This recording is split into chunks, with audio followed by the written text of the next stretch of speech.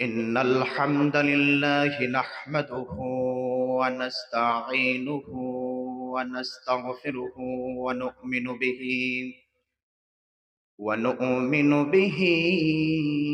ونتوكل عليه ونعوذ بالله من شرور أنفسنا ومن سيئات أعمالنا من يهده الله فلا مضل له ومن يضلله فلا هادي له أي فلن تجد له وليا مرشدا ونشهد أن لا إله إلا الله وحده لا شريك له والذي لا ضد له ولا ند له لا شبه له ولا شبيه له لا وزير له ولا كفيل له وهو الوحيد الفرد الصمد لم يلد ولم يولد ولم يكن له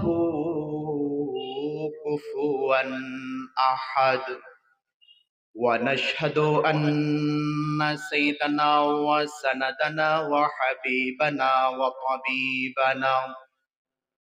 وطبيب قلوبنا ومولانا محمدا عبد الله ورسوله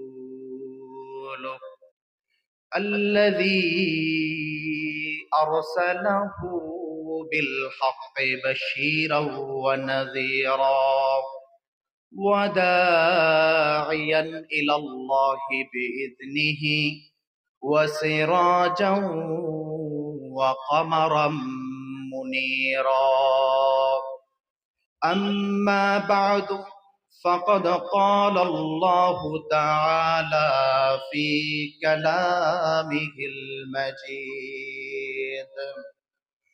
أعوذ بالله من الشيطان الرجيم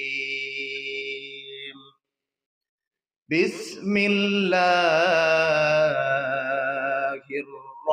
الرحمن الرحيم إنما المؤمنون الذين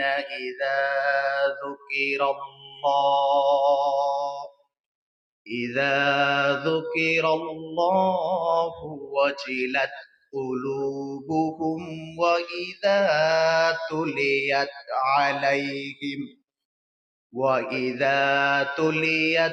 عليهم آياته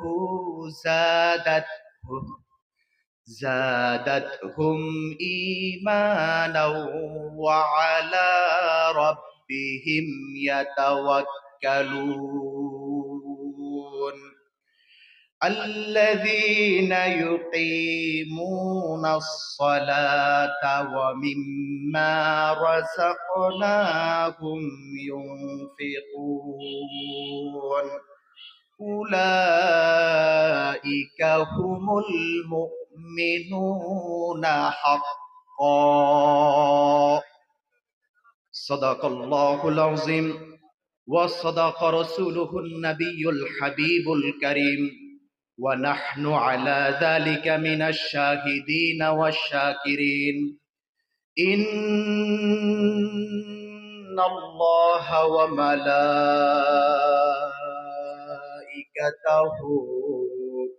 يصلون على النبي يا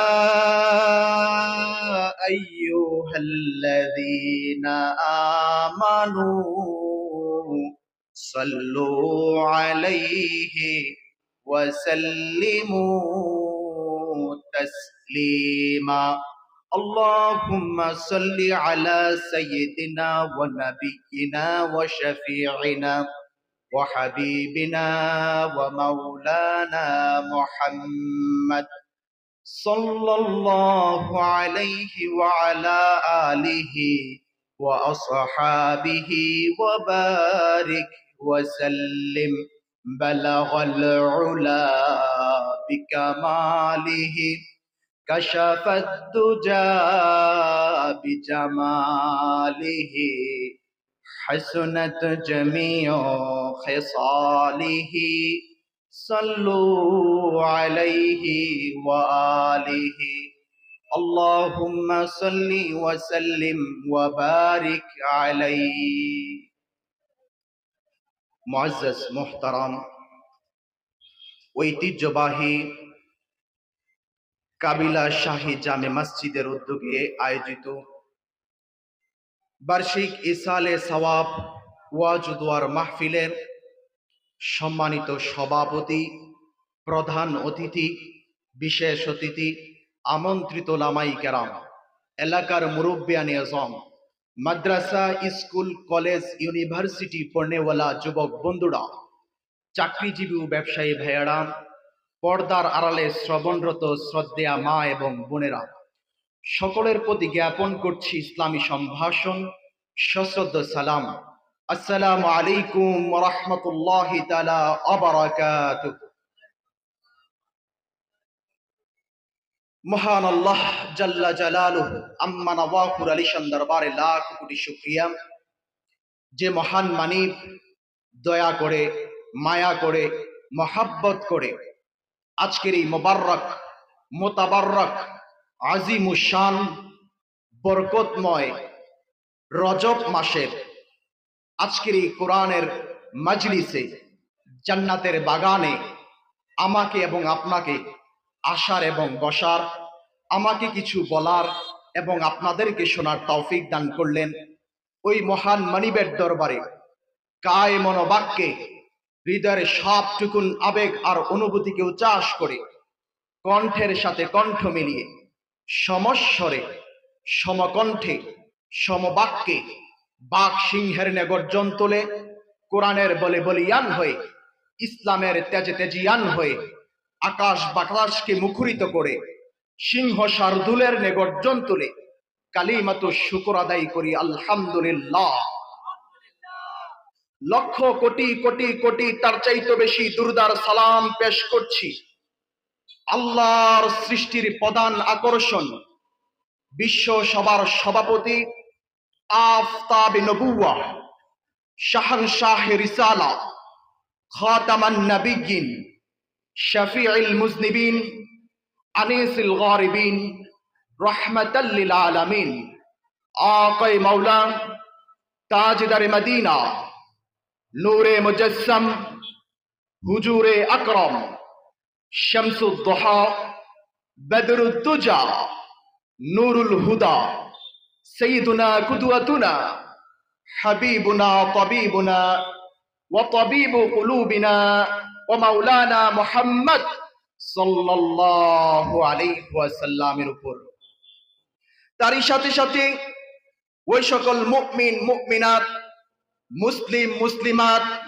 ও শহীদানের আত্মার রূহের মাগফিরাত কামনা করছি, যারা ইসলামের জন্য, কোরআনের জন্য, দেশের জন্য, অধিকারের জন্য এক জাররা পরিমাণ ঈমান নিয়ে বুকের তাজা রক্ত দিয়ে এই সবুজ শস্য শ্যামল এই বাংলার জমিনকে লালে লাল্লিত করলেন, ওই সকল শহীদানের আত্মার রূহের মাগফিরাত কামনা করছি, বলি আল্লাহুম্মা আমিন।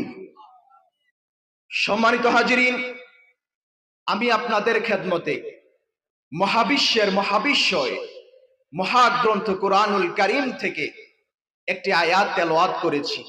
এই আয়াতকে কেন্দ্র করে কিছু কথা বলবো ইনশাআল্লাহ। ওমা তাওফীক ইল্লা বিল্লাহ।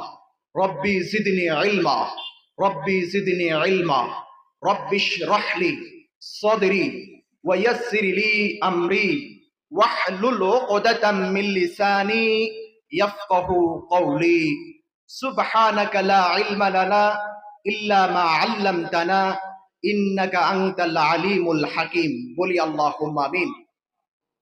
সম্মানিত হাজিরিন, আজকে আমরা এই জান্নাতের বাগানে এসেছি, কোরআনের মাজলিসে এসেছি।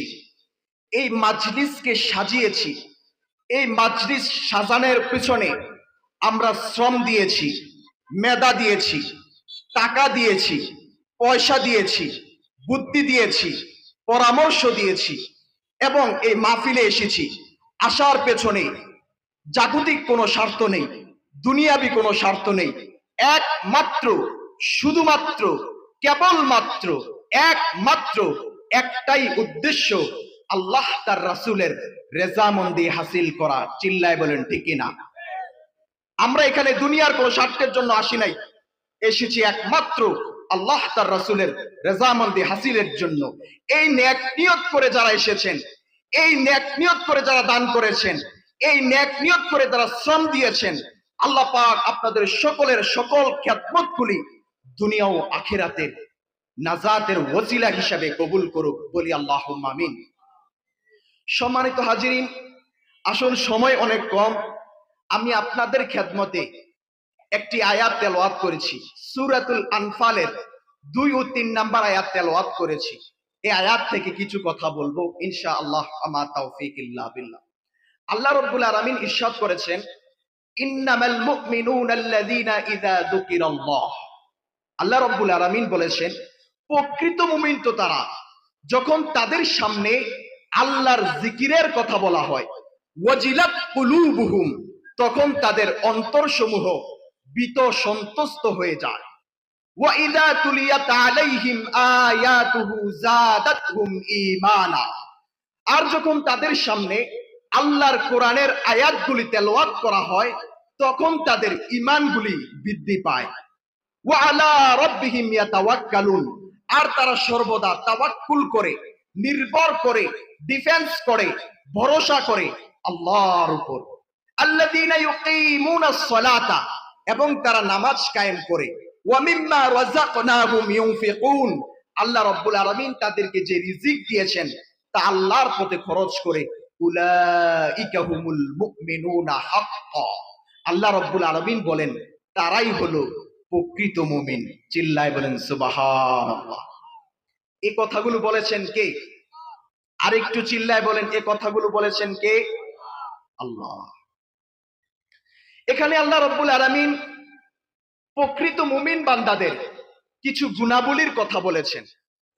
কোরআনুল কারীম আল্লাহ রাব্বুল আলামিন প্রকৃত মুমিন বান্দাদের অনেক গুণাবলীর কথা বলেছেন। তার মধ্যে আমি যে আয়াতটা তেলাওয়াত করেছি, সূরা আনফালের 2 ও 3 নম্বর আয়াত, এই আয়াতে আল্লাহ রাব্বুল আলামিন প্রকৃত মুমিন বান্দাদের 5টি গুণাবলীর কথা বলেছেন। কয়টি? 5টি। আল্লাহ রাব্বুল আলামিন পৃথিবীর মানুষগুলোকে 3টি শ্রেণীতে বিন্যস্ত করেছেন, 3টি ভাগে বিভক্ত করেছেন। তার মধ্যে একটা শ্রেণী হচ্ছে মুমিন, আরেকটি শ্রেণী হচ্ছে মুনাফিক, আরেকটি শ্রেণী হচ্ছে কাফের। বলেন তো পৃথিবীর মানুষ কয়টি শ্রেণীতে বিভক্ত? আরেকটু চিল্লায় বলেন, কয়টি শ্রেণীতে বিভক্ত? 3টি। একটা হচ্ছে মুমিন, আরেকটা হচ্ছে মুনাফিক, আরেকটা হচ্ছে কাফের। এই তিনের বাইরে পৃথিবীতে কোনো মানুষ নাই। এই তিনের বাইরে পৃথিবীতে কোনো মানুষ আছে? এই তিনের বাইরে পৃথিবীতে কোনো মানুষ নাই। নিরপেক্ষ ভূমিকা রাখার কোনো সুযোগ নাই। হয় আপনি মুমিন, নয় মুনাফিক, নয় কাফের। যা আপনার কর্মের মাধ্যমে বোঝা যাবে আপনি কি মুমিন না মুনাফিক না কাফের। আবার কোরআনুল কারীমে আল্লাহ রাব্বুল আলামিন এই 3 শ্রেণীর মানুষের নামে 3টি সূরা অবতীর্ণ করেছেন। আল্লাহু আকবার বলেন। মুমিনের নামে সূরা আল মুমিনুন, মুনাফিকের নামে সূরা আল মুনাফিকুন, কাফেরের নামে সূরা আল কাফিরুন। এই 3 শ্রেণীর নামে আল্লাহ রাব্বুল আলামিন কোরআনে 3টি সূরা অবতীর্ণ করেছেন। আর এই 3 শ্রেণীর মানুষের মধ্যে আখিরাতে সফলতা লাভ করবে শুধু মুমিনগণ। সুবহানাল্লাহ বলেন। কারা সফলতা লাভ করবে? মানুষ কয় শ্রেণী? আরেকটু চিল্লায় বলেন, মানুষ কয় শ্রেণী? তার মধ্যে সফলতা লাভ করবে কয় শ্রেণী? ব্যর্থ হবে কয় শ্রেণী? দুই শ্রেণী। এক শ্রেণী সফল হবে, দুই শ্রেণী ব্যর্থ হবে। তার মধ্যে যে শ্রেণীটা সফল হবে সেই শ্রেণীর কথা আল্লাহ রাব্বুল আলামিন বলেছেন। আল্লাহ রাব্বুল আলামিন বলেছেন কদ আফলাহাল মুমিনুন। আল্লাহ রাব্বুল আলামিন বলেছেন নিশ্চয়ই সফল কাম হয়েছে, সফলতা লাভ করেছে মুমিনগণ। সুবহানাল্লাহ বলেন। আখিরাতে সফলতা লাভ করবে, দুনিয়া এবং আখিরাতে উভয় জগতে সফলতা লাভ করবে শুধু মুমিনগণ। সুবহানাল্লাহ বলেন। আমরা যারা এখানে আছি প্রত্যেকেই মুমিন, ঠিক কি না? আপনাদের আওয়াজ তো বোঝা গেল না আপনারা মুমিন। আরেকটু চিল্লায় বলেন, সিংহের মতো গর্জন দিয়ে আকাশ বাতাসকে মুখরিত করে কাফের মুশরিক বেঈমানদের অন্তরে কম্পন সৃষ্টি করে বলেন, আমরা যারা এখানে আছি প্রত্যেকেই মুমিন, ঠিক কি না? আমরা যারা এখানে আছি প্রত্যেকেই মুমিন। সিংহের মতো গর্জন দিয়ে বলতে হবে মুমিন আমি। এই পরিচয় বাঘের মতো সিংহের মতো গর্জন দিতে পারলেই কাফের মুশরিক বেঈমান মুনাফিকদের অন্তরে কম্পন সৃষ্টি হবে, ঠিক কিনা বলেন? এছাড়া কাফের মুশরিক বেঈমানদেরকে গুলি দিয়ে অস্ত্র দিয়ে দমানো যাবে না। কাফের মুশরিক বেঈমানদেরকে দমাতে হলে নিজেকে মুমিনের পরিচয় দিতে হবে, মুমিনের কাজ কর্ম দিয়ে দেখাতে হবে। তাহলে কাফের মুশরিক বেঈমানরা মুমিনকে দেখতে রক্ত চক্ষু দেখাবে না, মুমিনকে দেখতে মাথা নত করে তাকাবে, ঠিক কিনা বলেন? আমরা সিংহের মতো গর্জন দিয়ে বলবো আমরা মুমিন। এটাই আমাদের সবচেয়ে বড় পরিচয়, এটাই আমাদের সবচেয়ে বড় আমাদের পরিচয়, ঠিক কিনা বলেন? আমরা বাঙালি, আমাদেরকে বাঙালি বলা হয়, এটা আমাদের বড় পরিচয় না। আমরা বাংলাদেশী, এটা আমাদের বড় পরিচয় না। আমাদের বড় পরিচয় হলো আমরা মুমিন। তারপরে জিওগ্রাফিক্যাল পরিচয় হিসেবে আমরা বাঙালি, ঠিক কিনা বলেন? আমরা বাংলাদেশী, আমরা গর্বের সাথে দিব আমরা মুমিন, ঠিক কিনা? এই বাইরের মাইকগুলো অফ করে দিন। আমরা যারা নিজেকে মুমিন বলে দাবি করি যে আমরা মুমিন, আমরা যারা নিজেকে মুমিন বলে দাবি করি যে আমরা মুমিন, তাহলে আসুন আমি যে আয়াতটা তেলাওয়াত করেছি এই আয়াতের মানদণ্ডে আমরা একটু নিজেকে যাচাই করে নেই, আমরা কতটুকু মুমিন হতে পেরেছি। যাচাই করা দরকার আসেনি না? ফরমালিন যুক্ত হতে হবে, আমাদেরকে যাচাই করতে হবে আমরা কি মুমিন। আজকে আমরা নিজেকে যাচাই করতে পারি নাই, তার কারণে গোটা বিশ্বে আমরাই নির্যাতিত, আমরাই নিপীড়িত, আমরাই রক্তাক্ত। একটাই কারণ, আমরা নিজেকে মুমিন বলে এখনো যাচাই করতে পারি নাই যে আমরা মুমিন।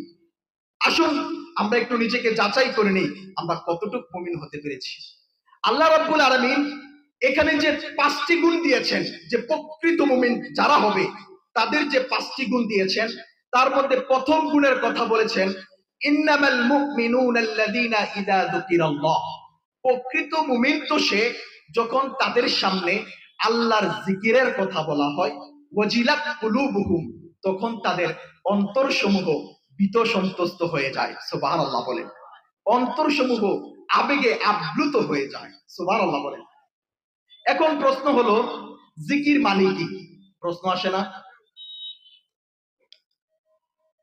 প্রশ্ন হলো আমাদের জিকির মানে কি? সকাল সন্ধ্যার জিকির কি শুধু জিকির? শুধু সকাল সন্ধ্যার জিকির জিকির না। কোরআনুল কারিমে জিকির শব্দটা এসেছে 268 বার।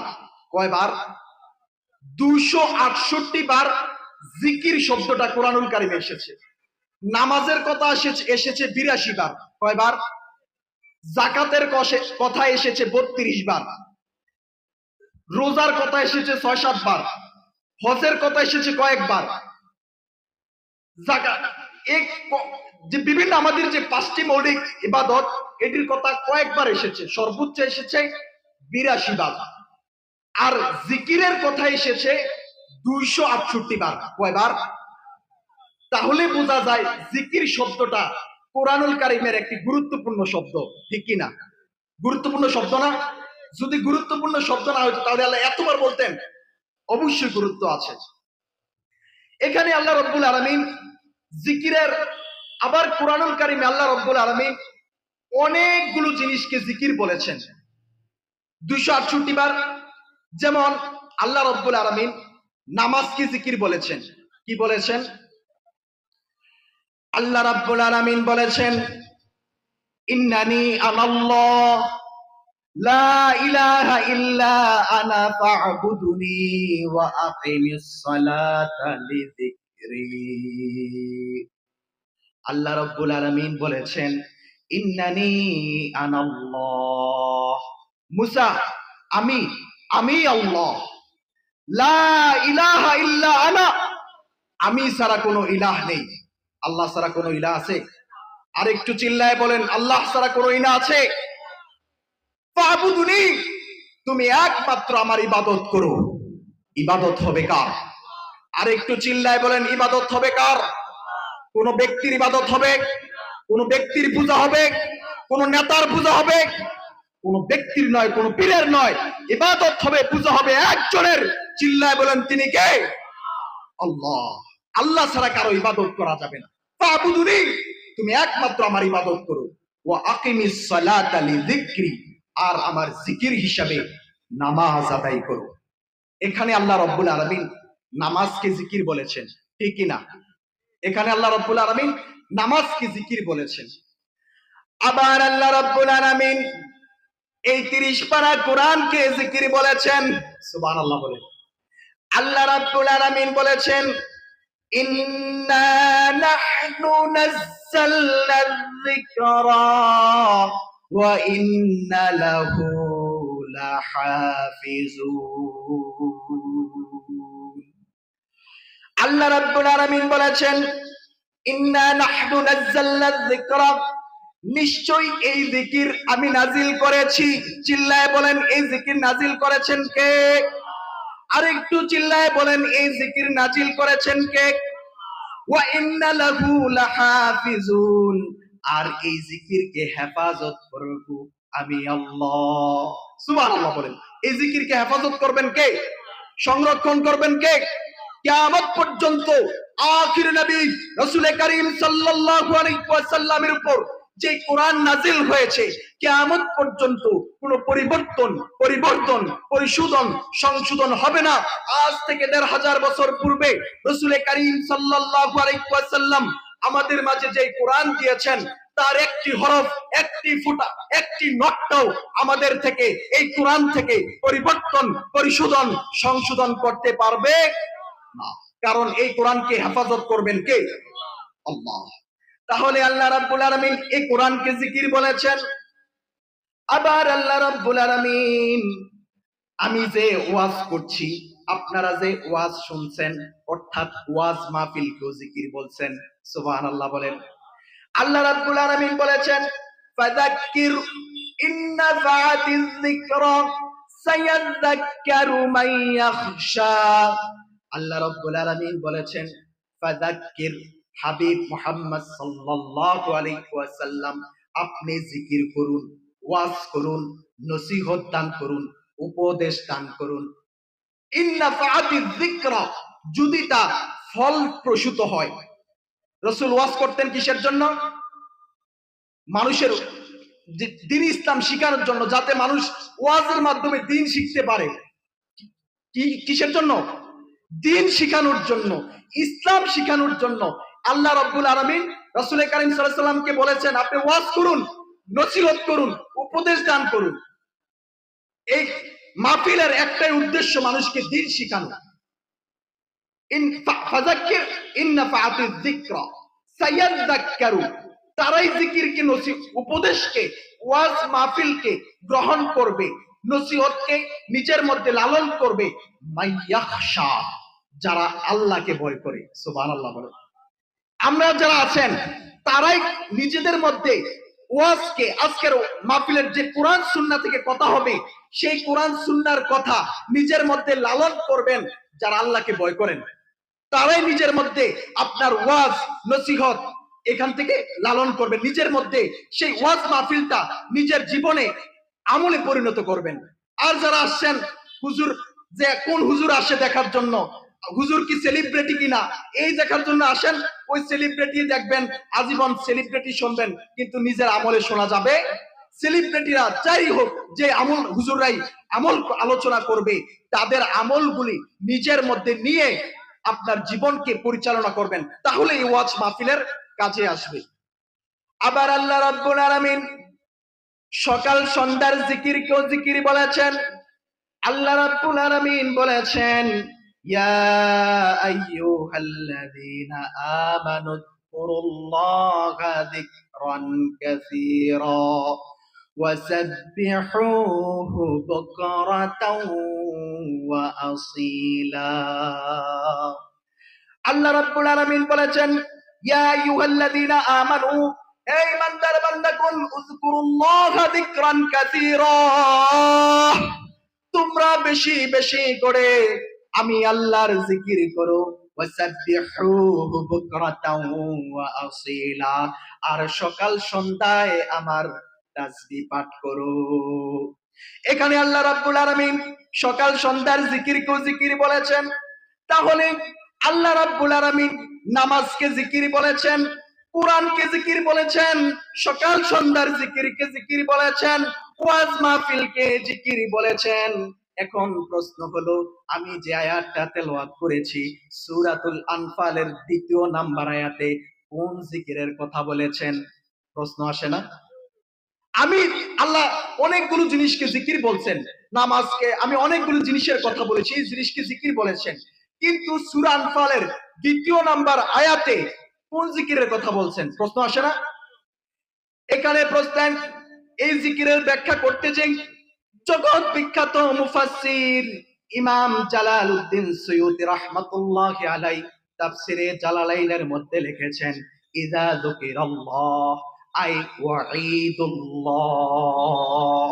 ইযা যুকিরাল্লাহ আই ওয়াঈদুল্লাহ, আল্লাহ রাব্বুল আলামিন যত শাস্তির কথা বলেছেন, যত যে শাস্তি, অপরাধের শাস্তির কথা বলেছেন, এই শাস্তিগুলিকে আল্লাহ রাব্বুল আলামিন জিকির বলেছেন। যেমন জেনা করলে জেনাকারীর অপরাধীর শাস্তি কি? পাথর মারা। কি মারা? জেনাকারীর অপরাধের শাস্তি কি? আরেকটু চিল্লায় বলেন, জেনাকারী অপরাধীর শাস্তি কি? পাথর মেরে তার শরীর থেকে গোশতগুলি চূর্ণ বিচূর্ণ করে দেওয়া। তারপর শরাব পান করলে, শরাব পানকারী মদ পান করলে তাদের শাস্তি কি? 80 তোররা দেওয়া। কি দেওয়া?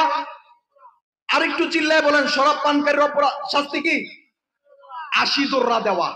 চুরি করলে অপরাধীর শাস্তি কি? হাত কাটাওয়া, হাত কেটে দাও। মাশাআল্লাহ, এটা সবাই জানছেন, সুবহানাল্লাহ। চুরির, যারা চুরি করে সব চোর না। ইমাম আজম আবু হানিফা রাহমাতুল্লাহি আলাইহি বলেছেন, যদি সেটা 10 দিরহামের বেশি হয়, 10 দিরহামের বেশি হলে অপরাধকারীর চোরের হাত কাটতে হবে। তাহলে আমরা বুঝতে পারলাম আল্লাহ রাব্বুল আলামিন যে জিকিরের কথা বলেছেন, সেই এখানে এই জিকিরের মধ্যে আল্লাহ পাক যত শাস্তির কথা বলেছেন, এই শাস্তিকে আল্লাহ জিকির বলেছেন। এখন আপনাদের কাছে প্রশ্ন, আমাদের দেশে নামাজের জিকির আছে না নাই? আপনারা নামাজ পড়েন না সবাই, তার মানে বোঝায় নামাজের জিকির আছে। রোজার জিকির আছে না নাই? হজের জিকির আছে না নাই? যাকাতের জিকির আছে না নাই? সকাল সন্ধ্যার জিকির আছে না নাই? কোরআন তেলাওয়াতের জিকির আছে না নাই? আছে। এখন আপনাদের কাছে প্রশ্ন, আল্লাহ রাব্বুল আলামিন সূরা আনফালের 2 নাম্বার আয়াতে যে জিকিরের কথা বলেছেন, এই জিকির বাংলাদেশে আসেনি, গোটা বিশ্বে আসেনি। আর একটু চিল্লায় বলেন, এই জিকির আসেনি কোথাও? আছে? তাহলে বোঝা যায় আমরা এখনো পরিপূর্ণ মুমিন হতে পারি নাই। হতে পারছি? আমরা এখনো পরিপূর্ণ মুমিন হতে পারি নাই। সেই জন্যই তো আজ গোটা বিশ্বে আমরা নির্যাতিত, আমরাই নিপীড়িত, আমরাই রক্তাক্ত, কারণ আমরা নামাজের জিকির ধরেছি। আল্লাহ পাক যে জিকিরগুলি দিয়েছেন, সেই জিকিরগুলির মধ্যে আমরা শুধু নামাজের জিকিরকে ধরেছি, সকাল সন্ধ্যার জিকিরকে জিকির হিসেবে ধরেছি, কোরআন তেলাওয়াতের জিকির ধরেছি। আল্লাহ রাব্বুল আলামিন সূরা আনফালের 2 নাম্বার আয়াতে যে জিকিরের কথা বলেছেন, সেই জিকির আমরা আজ ধরি নাই। সেই জন্যই আজ আমাদের এই করুণ পরিস্থিতি, করুণ অবস্থা। আমাদের দেশ থেকে চুরি, ডাকাতি, জেনা, ব্যভিচার, মদ, জুয়া এগুলি বন্ধ হয় নাই। এগুলির বিচারের ক্ষেত্রে আমরা কাফের, মুশরিক, বেঈমান, মুনাফিকদের জিকির আদর্শকে ধরেছি। আগামীর বাংলাদেশ পরিচালনায়, আগামীর বাংলাদেশ বিনির্মাণে যদি আমরা প্রতিজ্ঞা করি, যারাই আমাদেরকে, হোক বিএনপি, হোক জামাত, হোক এনসিপি, হোক হেফাজত ইসলাম, হোক ইসলামী আন্দোলন, যারাই আমাদেরকে আগামীর বাংলাদেশ পরিচালনায় আহকামে শরঈয়াত, শরীয়তের বিধিবিধান দিয়ে রাষ্ট্র পরিচালনার অঙ্গীকার দিবে, তাদেরকে আমরা রাষ্ট্র পরিচালনার দায়িত্ব দিব। রাজি আছেন মুসলমান? তাহলেই আমাদের দেশ থেকে জেনাকারী বন্ধ করা যাবে, আমাদের দেশ থেকে মদ বন্ধ করা যাবে, আমাদের দেশ থেকে জুয়া বন্ধ করা যাবে, আমাদের দেশ থেকে বিভিন্ন অপরাধকে দমন করা যাবে, বন্ধ করা যাবে। কাফের মুশরিক বেঈমানদের বিধান দিয়ে, নীতি দিয়ে এই দেশ থেকে, এই পৃথিবী থেকে অপরাধগুলিকে বন্ধ করা যাবে না। আল্লাহ রাব্বুল আলামিন আমাদেরকে আগামীর বাংলাদেশ বিনির্মাণে আল্লাহ রাব্বুল আলামিন যে জিকিরের কথা দিয়েছেন, যে জিকিরের প্রতিজ্ঞা দিয়েছেন, আমরা যেন সেই জিকির বাংলার জমিনে বাস্তবায়ন করতে পারি। আল্লাহ পাক আমাদের সকলকে তৌফিক দান করুক, বলি আল্লাহুম্মা আমিন। সম্মানিত হাজিরিন, এখনই নামাজ হবে, আজান হবে, আজান হওয়ার পরেই নামাজ হবে। এ বলে আমি আমার বক্তব্য শেষ করছি। ওয়া আখিরি দাওয়ানা আনিল হামদুলিল্লাহি রাব্বিল আলামিন। আসসালামু আলাইকুম ওয়া রাহমাতুল্লাহি তাআলা ওয়া বারাকাতুহু। আজান